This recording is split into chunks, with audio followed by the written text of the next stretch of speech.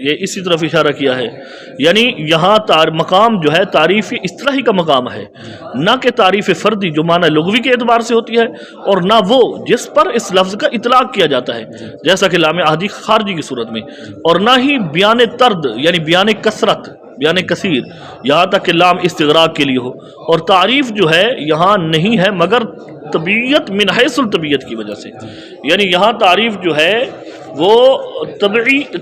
یعنی اس چیز کی طبیعت اور من حیث الطبیعت کے اعتبار سے ہے، لہذا لام جو ہے جنس کے لیے ہوگا اور طبیعت کے لیے ہوگا۔ آگے کہتے ہیں مولانا والتاء للوحدہ، یہاں سے کیا بیان کرتے ہیں؟ تا کہتے ہیں وحدت کے لیے، ولقائل،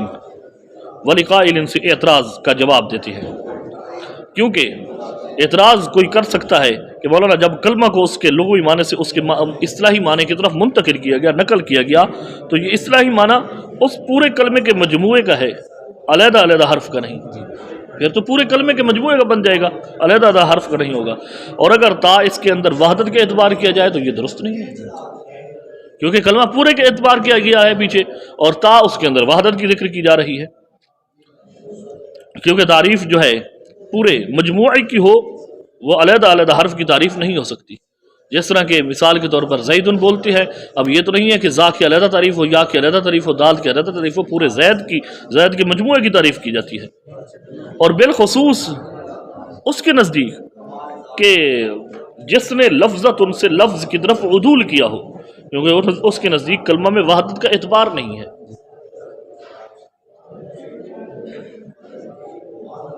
اچھا، جیسا کہ صاحب کافیہ انہوں نے معنی کے واحد ہونے کا اعتبار کیا، ان کے نزدیک چونکہ لفظ عبداللہ جو ہے وہ مفرد ہے، اور کیا نام ہے صاحب مفصل انہوں نے وحدت کا اعتبار کیا، صاحب کافیہ نے وحدت کا اعتبار نہیں کیا، ان کے نزدیک لفظ عبداللہ مفرد ہے، لیکن صاحب مفصل نے اس کا اعتبار کیا ہے، لہذا ان کے نزدیک لفظ عبداللہ جو ہے مفرد نہیں ہے۔ تو اس کے بارے میں کہتے ہیں مولانا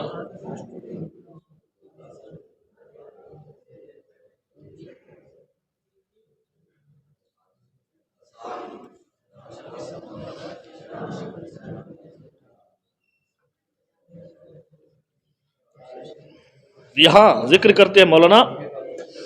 کہ جس وقت اجناس کو اسماء اجناس کو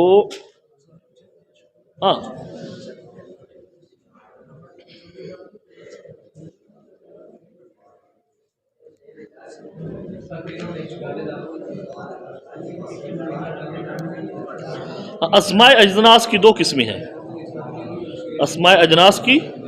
دو قسمیں ہیں، ایک قسم ان کا موضوع جو ہے ماہیت کے لیے ہوتا ہے، اور دوسری قسم ان کے اندر ذکر کرتے ہیں ان کا موضوع جو ہے وہ فرد مشت، کیا لفظ ہے، فرد منتشر، فرد منتشر کے لیے ہوتا ہے، یعنی پہلی قسم یہ ہے کہ اس کا موضوع طبیعت کے لیے ہوتا ہے، اور وحدت جو ہے تنوین کا مدلول، تنوین و تنکیر کا، اور دوسری قسم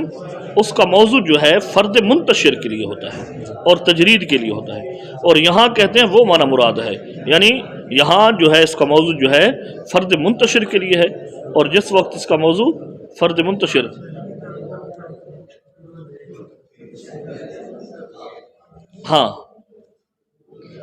اس کا موضوع فرد منتشر کے لیے ہو تو اس وقت درست ہے۔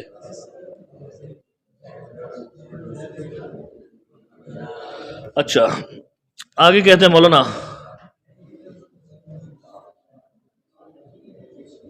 کیا کہا ہے، اگر تسلیم کر لیا جائے تو بس قول اس کی تجرید کا، یعنی معنی وحدت سے خالی کر دینے کا، جیسا کہ مقام تعریف میں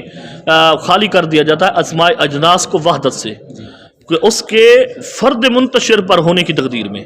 یعنی جب اس کو فرد منتشر پر معمول کیا جائے تو اس وقت اسماء اجناس کو وحدت والے معنی سے مجرد کر دیا جاتا ہے، خالی کر دیا جاتا ہے، تو یہاں بھی وحدت والے معنی سے خالی کر دیا گیا۔ وَلَيْسَ التَّاءُ نَصًّا فِي الْوَحْدَةِ حَتَّى تَمْنَعُ التَّجْرِيدَ،